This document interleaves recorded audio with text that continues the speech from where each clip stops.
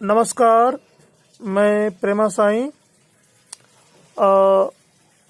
भगवान श्री कृष्ण के जन्म की सबको मैं बधाई देता हूँ। आज से 5000 साल पहले भगवान श्री कृष्ण इस पावन धरती पे अवतरित हुए और मानव जीवन का कल्याण किया। किंतु जब नंद बाबा भगवान श्री कृष्ण को कंस की कुदृष्टि से बचाकर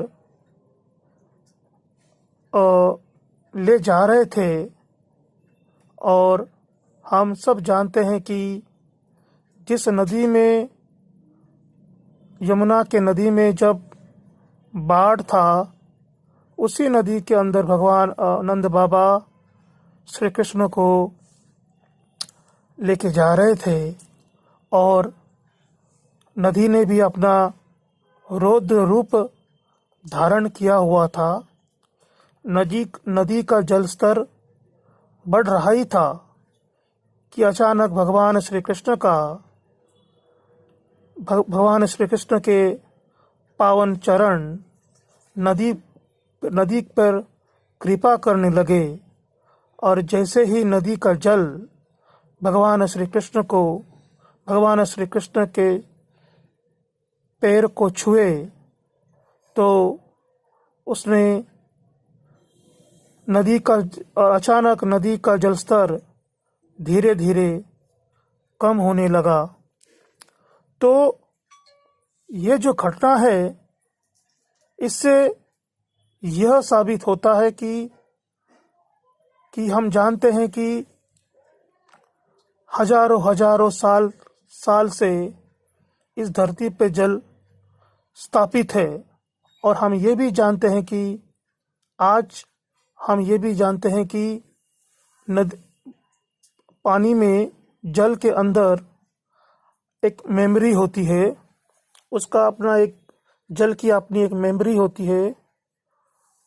उसी 5000 साल पहले उस घटना के वक्त उसी मेमोरी ने ये पहचान लिया कि जिसके पैर को मैंने स्पर्श किया, वो और कोई नहीं, भगवान विष्णु है। और विष्णु को स्पर्श करते ही जल ने अपना व्यवहार बदलना शुरू कर दिया। उस जल का जो कैरेक्टरिस्टिक था, उससे दूर होकर उसने भगवान श्री कृष्ण के लिए राह बनाना शुरू कर दिया। तो किसी भी जीव के साथ पानी का कैरेक्टरिस्टिक, पानी का व्यवहार कभी बदलता नहीं।